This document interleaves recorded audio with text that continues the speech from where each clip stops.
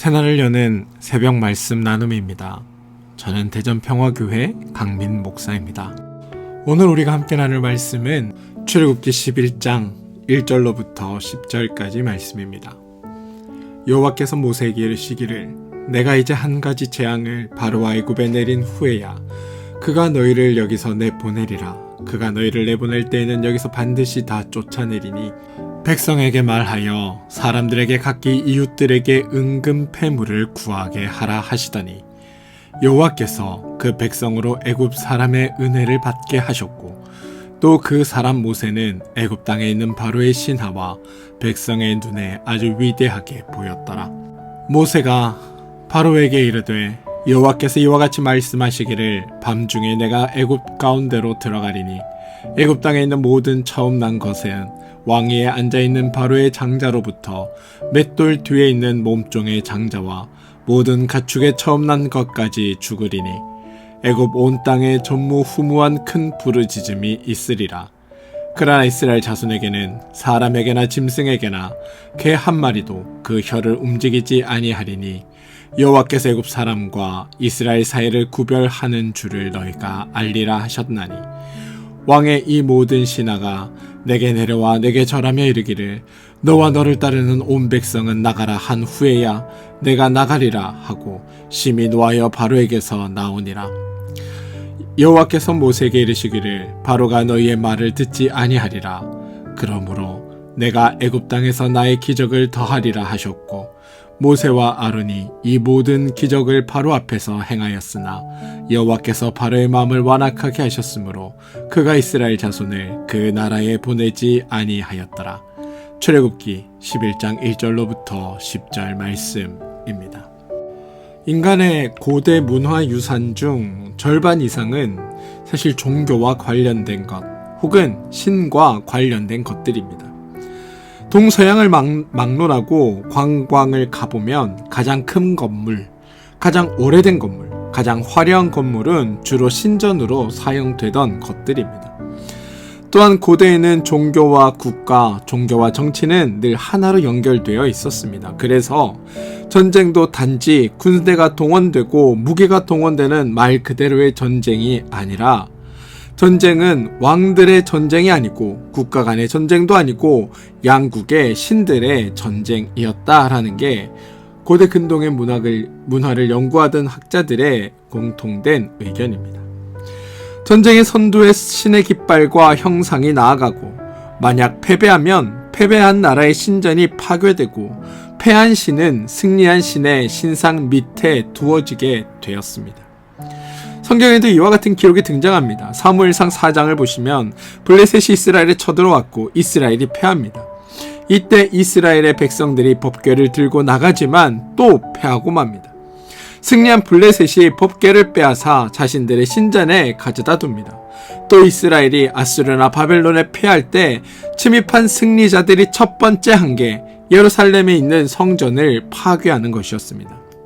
이게 당시의 일반적인 전쟁의 풍습입니다.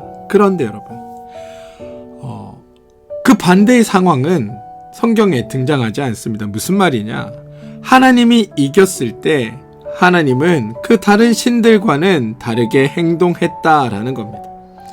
하나님이 블레셋을 이겼을 때도 블레셋의 신전을 파괴하거나 신상을 파괴하지 않으셨습니다. 하나님은 아람과 암몬을 이겼을 때도 저들의 종교에 전혀 관여하지 않으셨습니다. 이런 모습들이 하나님의 종교가 가지는 매우 특징적인 상황입니다. 고대 사람들의 종교관과 전쟁관에 기초하여 볼 때 하나님께서 하시는 일들은 사실 납득하기 어려운 일이기도 합니다. 오늘 우리가 읽은 출애굽기도 마찬가지입니다. 하나님과 애굽의 그 거짓 신들과 신들 간의 전쟁이 지금 벌어지고 있습니다. 그리고 모든 전쟁에서 하나님이 애굽의 신들을 하나하나 물리쳐 가십니다. 그런데 일반적인 전쟁이라면 하나님께서 애굽의 신들을 하나하나 물리칠 때마다 그 애굽의 신이 상징하는 그 성전들은 다 털리고 무너져야 합니다.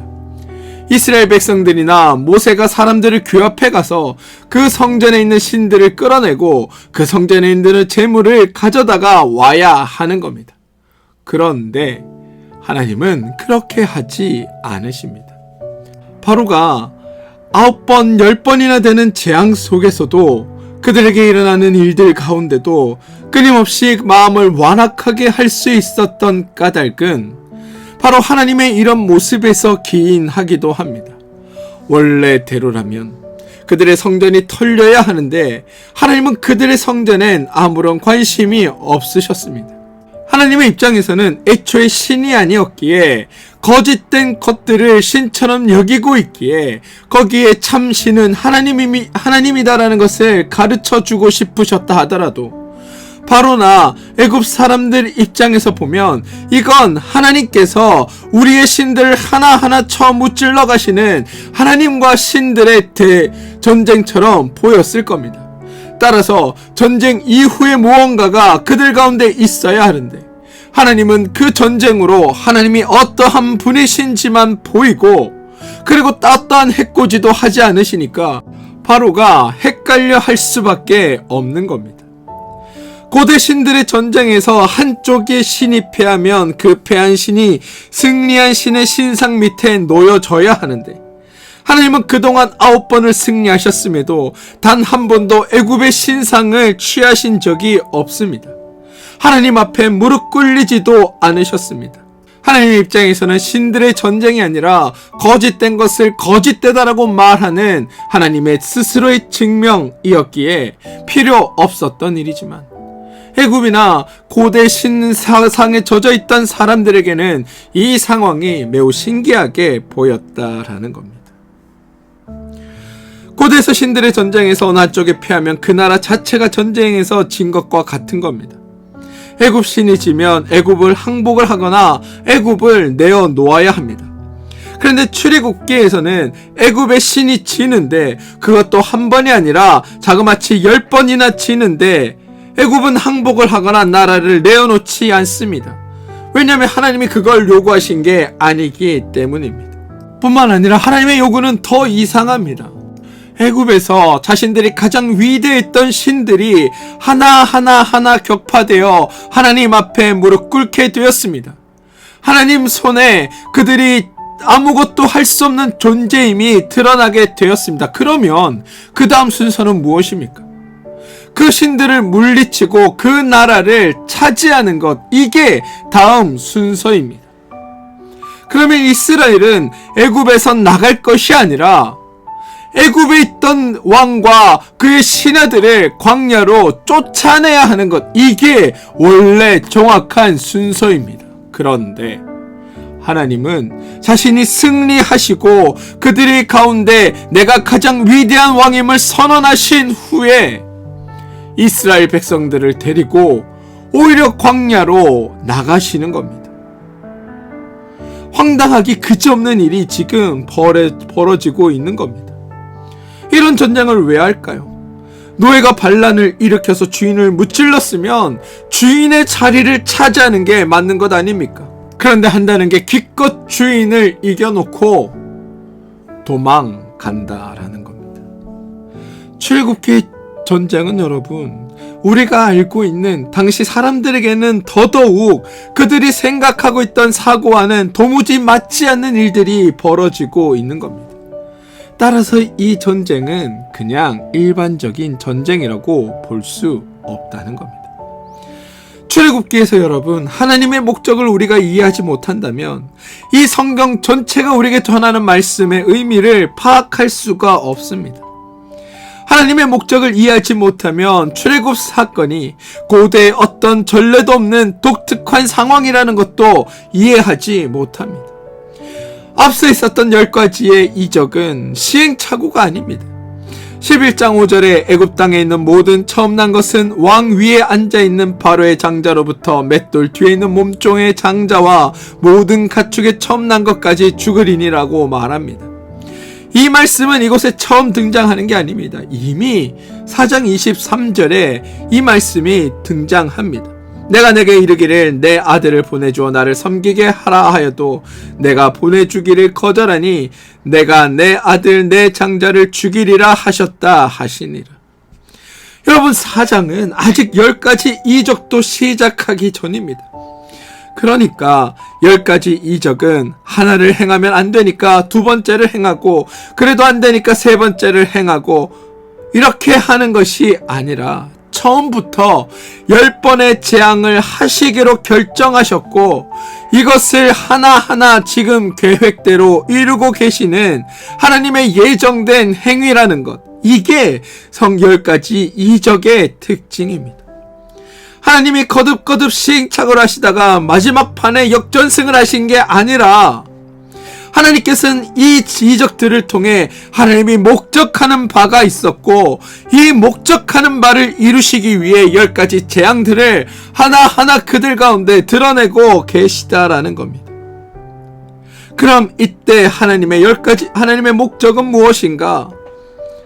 출애굽도, 노예 해방도, 애굽 땅을 차지하는 것도, 애굽의 거짓된 신들을 물리치는 것도 아닌 애굽과 바로와 모세와 이스라엘 그 모두가 기존에 가지고 있던 신들에 대한 잘못된 생각, 신들에 대해 잘못 알았던 것, 신들에 대해 착각하고 오해하고 있었던 그 모든 것들이 깨어져 나가는 것. 다시 말해, 심판하고 저주하고 무섭게 만들고 그들을 공포 속에 무릎 꿇리는 신이 아니라, 하나님의 참 뜻은, 세상 모든 것을 창조하신 하나님의 참뜻은 너희가 여호와를 바르게 알아 그 하나님 안에서 복되고 즐겁고 기쁘게 살아나는 것. 신이 너희를 억압하고 억누르는 도구가 아니라 신이 너희에게 좋은 것들을 베풀어주는 귀하고 복된 분이라는 걸 너희들이 깨닫게 되는 것. 이게 하나님의 목적이셨다라는 겁니다. 그리고 하나님이 직접 그 일을 이루고 계신 겁니다. 하나님은 여러분, 애굽의 왕들이, 애굽의 신들이 다 가짜야, 거짓이야, 봐, 이 말씀을 하시려는 게 아닙니다. 너희들이 욕망하는 것, 너희들이 원하는 것, 너희들이 바라는 것, 그것을 너희의 신으로 섬기고 있는 너희의 그 잘못된 태도를 고치고, 너희를 사랑하고 너희를 구원하며 너희를 복되게 하시려는 그 하나님을 온전히 따르는 것, 그게 너희에게 가장 복된 길이며 너희들이 가장 행복하게 살 수 있는 길이라고 말씀하시기 위해 하나님이 이 일을 행하고 계시다라는 겁니다. 나 여호와가 참으로 진정한 신이다, 이거를 알게 하시는 것. 너희들이 욕망하고 바라는 것을 쫓을 것이 아니라 너희의 진정한 하나님인 여호와를 너희들이 의지하고 따라라. 그 하나님이 너에게 복된 것을 주신다. 이게 하나님께서 하시고자 하시는 말씀이셨다라는 겁니다. 그런데 문제는 못 알아듣는다, 알아듣지 못한다 라는 겁니다. 출애굽기에서 하나님께서 하시는 일들을 읽다 보면 생각나는 장면이 있습니다. 하나님이 수도 없이 계시하시고 이적을 행하시고 끊임없이 알려주셔도 어지간히도 알아듣지 못하는 상황이 거듭돼서 반복된다라는 겁니다. 하나님이 모세를 만나는 장면도 생각나고 복음서의 장면도 생각이 납니다. 출애굽기와 복음서를 겹쳐놓고 묵상해보면 똑같은 장면들이 등장하는데, 애굽의 바로왕 대신 유대인의 관원들이 등장하고요, 10가지 이적 대신에 예수님의 이적이 등장합니다. 그리고 결과는 애굽이 하나님을 알아듣지 못했듯 이스라엘 유대인들이 예수님을 하나님의 아들이라고 알아보지 못했다라는 겁니다. 이적이 10번이나 반복되어야 하는 이유 9절인데요. 여호와께서 모세에게 이르시되 바로가 너희의 말을 듣지 아니하리라. 그러므로 내가 애굽 땅에서 나의 기적을 더하리라 하셨고, 기적을 더해야 하는 이유는 알아듣지 못하기 때문입니다. 이적을 한번 보여주어서 사람들이 그것으로 하나님의 하나님됨을 알아들었다면 나의 삶에 일어난 일들을 통해 하나님께서 나에게 어떤 뜻을 품고 계신지를 내가 알았더라면 나에게 일어나는 일은 그것 한 번으로 끝났을 텐데, 끊임없이 비슷한 상황과 비슷한 일들이 반복되는 까닭은 내가 그 일을 통해 하나님의 마음과 하나님의 뜻을 알아차리지 못했기 때문에, 하나님이 요구하시는 바에 대해 내가 관심 가지지 않고 빨리 이 고통이나 사라지고 이 어려움이나 빨리 사라져버리라고 생각하기 때문에, 이것을 통해 나에게 말씀하시는 하나님의 뜻과 말씀에는 관심 없고 그냥 내가 좀 편하기 위해 하나님 뭐가 돼도 좋으니 그냥 이 상황을 좀 지나가게 해달라고 말하고 있기 때문에 그 모든 것들이 해결되지 않고 반복되고 있다는 것, 이게 하나님의 말씀이고 성경의 가르침이라는 겁니다. 여러분, 이적이 반복되는 건 하나님께서 뜻하신 바를 우리 가운데 분명히 보여주시는데 우리가 알아듣지 못하기, 이해하지 못하기 때문이다. 그래서 사실은 우리 가운데 어떤 일이 한번 생길 때마다, 생각지도 않은 것들이 우리 가운데 일어날 때마다 우리는 우리의 삶을 하나님 말씀 앞에 세워놓고 반추해 보아야 합니다. 이 일을 통해 하나님께서 나에게 무엇을 가르치고자 하시는가? 이 모든 과정을 통해 하나님은 나에게 어떤 말씀을 하시고자 하는가? 그런데 이걸 알아차리지 못하면 하나님은 더 큰 이적들로 우리 가운데 하나님의 뜻을 알리시기 위해 드러나실 거고, 그 과정이 우리에겐 때론 더 괴롭고 힘든 상황이 될 수도 있습니다. 아무튼 구약에서 복음서에서 하나님이 이적에 기적을 더하셨고, 그 까닭은 예수 그리스도가 누구인지 모두를 분명히 알기 위해서, 구약에서 하나님께서 이적을 더하시고 기적을 더하시는 까닭도 우리를 살피시는 하나님이 누구인지를 그들이 분명히 알게 하기 위해서, 그리고 오늘 우리의 삶에 주님이 찾아오셔서 그 일을 동일하게 행하고 계시다는 것, 저는 이 사실을 여러분들이 분명히 깨닫게 되길 소망합니다. 사랑하는 성도 여러분, 하나님의 목적은 애굽 신들을 물리치는 것이 아닙니다. 하나님의 목적은 모든 사람들, 모든 피조물에게 하나님의 마음과 뜻과 하나님이 어떤 분인지를 알게 하는 것입니다. 헛된 인식을 깨뜨리고 우리의 무지를 열어주시고, 그래서 하나님께서 우리 가운데 함께 하심으로 하나님이 어떤 분인지를 알게 하고, 우리가 그 하나님의 마음과 뜻을 깨달아 하나님 안에서 참되고 평화롭게 즐겁게 기쁨으로 감사로 살아내게 하는 것, 이게 하나님의 뜻이라는 걸 여러분 기억하시고, 여러분의 삶에 일어나는 모든 일들을 통해 더욱 하나님을 알아가는 여러분들 되시길 소망합니다. 하나님이 포기하지 않으시고 우리 가운데 어떠한 이적과 어떠한 일들을 반복해서 베푸신다면, 하나님 왜 자꾸 나를 이렇게 힘들게만 하십니까? 라며 원망할 것이 아니라, 하나님께서 나를 사랑하셔서 내가 끝까지 하나님을 알기를 바라시는구나 라고 받아들이시고, 그 모든 일들을 통해 말씀하시는 하나님의 말씀에 귀 기울이시며 더욱 주님의 사람으로 성숙해 나아가는 여러분들 되어주시기 주님의 이름으로 축원드립니다. 함께 기도합니다. 주님, 출애굽기의 이적이 전쟁이 아니라 하나님을 알게 하시려는 사역이었음을 깨닫습니다. 하나님은 애굽의 신들과 싸우는 것이 아니라 우리의 헛된 인식을 깨뜨려 주시는 것이었음을 오늘 또 발견합니다. 한 번에 못 알아들으면 기적을 더하시고, 이적에 이적을 보이시고, 마침내 예수님까지 보내주신 하나님의 사랑이 우리 가운데 있음을 알게 하시고, 나에게 일어나는 모든 일들을 통해 그 하나님을 더욱 알아가게 인도하여 주시옵소서. 하나님 포기하지 않으시고 우리를 찾아오시는 그 마음을 우리가 알게 하시고, 그 뜻에 감격하며 하나님을 더욱 깊이 알아가는 우리 모두가 되게 도와주시옵소서. 예수님 이름으로 기도합니다. 아멘.